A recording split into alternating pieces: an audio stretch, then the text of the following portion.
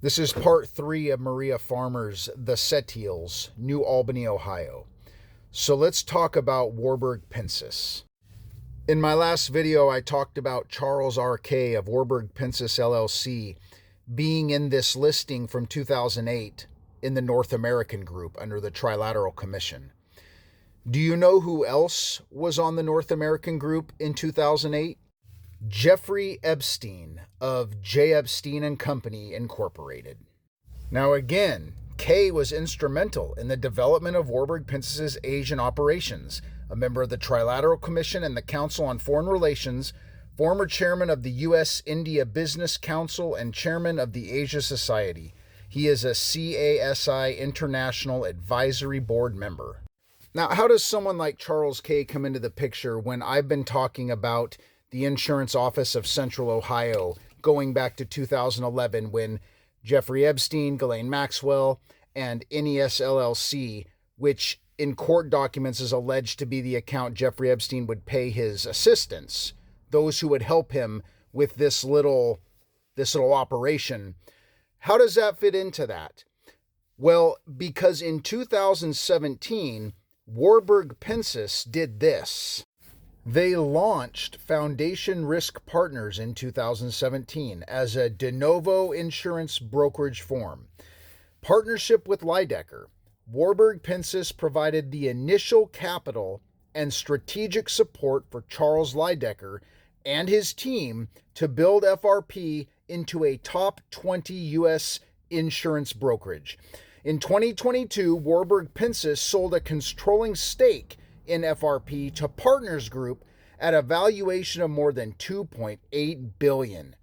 Imagine that. Even after this sale, Warburg Pincus retains a meaningfully minority stake in the company. Isn't it amazing that after only 5 years of the Foundation Risk Partners being established, with the considerable help of Warburg Pincus LLC under Charles R.K., who is a part of the North American group under the Trilateral Commission, that just 5 years later, a fast-growing Foundation Risk Partners was bought by a Swiss firm?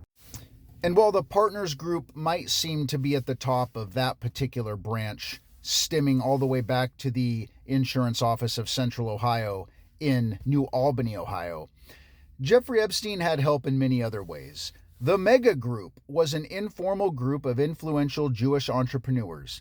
It was founded in 1991 by Les Wexner and Charles Bronfman as the Study Group.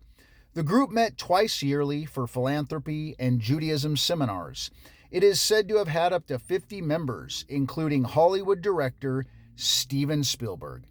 Wexner led the group with Bronfman, and it inspired several philanthropic initiatives, such as the Partnership for Excellence in Jewish Education, Birthright Israel, and support for the renewal of Hillel International. The group became known to a wider public through a Wall Street Journal report in May of 1998. But Jeffrey Epstein wasn't a stranger to Swiss banks, and you may have seen this recently in the news. Edmond de Rothschild Group was in trouble.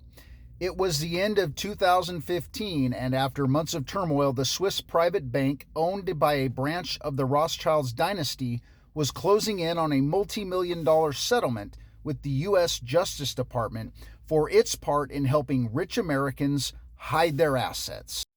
Behind the scenes, the group's French chief, Ariane de Rothschild, had tasked Jeffrey Epstein and the lawyer he had introduced her to, Kathryn Ruemmler, pay attention to that name, with closing the deal. $45 million, de Rothschild asked Epstein in a December 2015 email exchange. He replied that counting a $10 million, $14 million fee for the lawyers involved and $25 million for him, I think you will find that all less than 80 pretty good. Deep thanks for your amazing help, de Rothschild answered. Days later, the U.S. Department of Justice announced a $45 million settlement with Edmond de Rothschild. And do you want to know the most amazing connection yet? Top Goldman Sachs lawyer who asked Jeffrey Epstein for career advice and bash Trump in private emails, guess who that is? Why, it's Kathryn Ruemmler, who was the same one working with Jeffrey Epstein and Ariane de Rothschild, who at the time of this article in November of last year was the Goldman Sachs top lawyer. She had confided in Epstein about Trump and whether she should take the job of U.S. Attorney General. Can somebody explain why she would be asking Epstein about taking the job of U.S. Attorney General?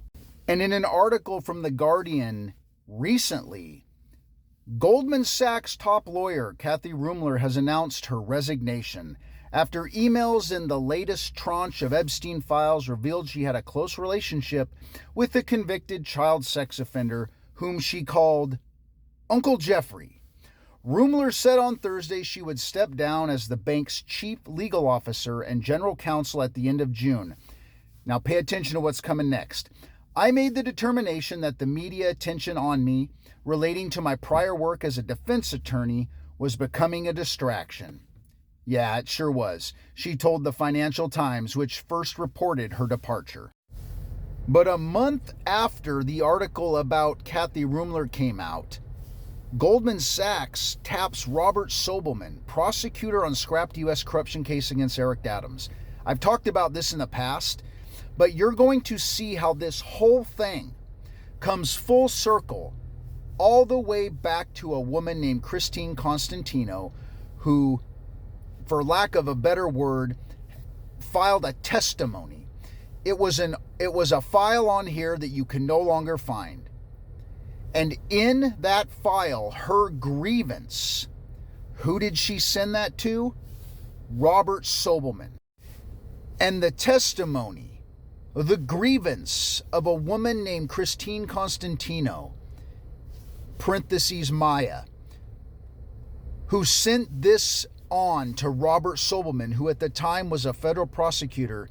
He then forwarded it on to the FBI, to Kristen Warden, as protocol.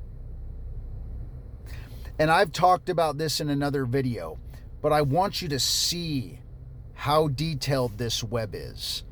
I want you to see all the connections for what they are. And I'm trying to make as many of them for you as I can. And there's many more in the next video, maybe 2 videos, to try to finish this all up.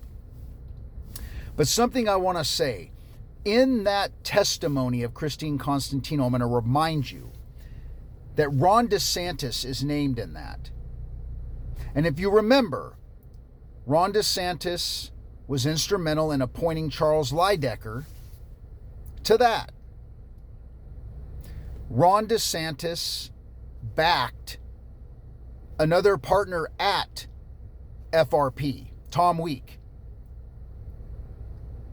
These people are involved in politics, insurance. The web is deep. And Ron DeSantis, in that 5-page testimony that you can't find anymore, this woman alleges that he raped her.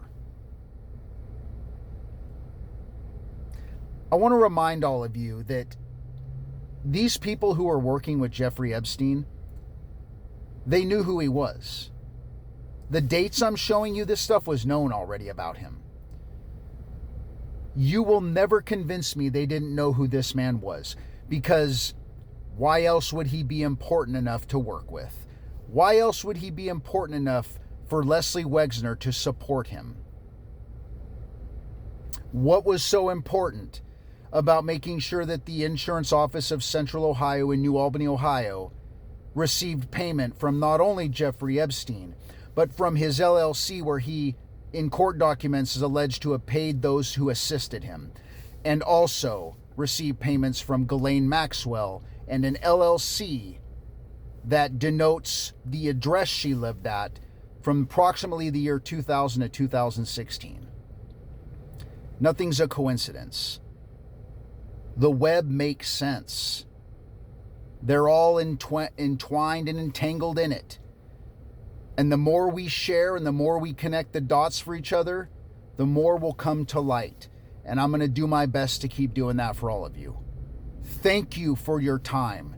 I appreciate all of you. Peace out.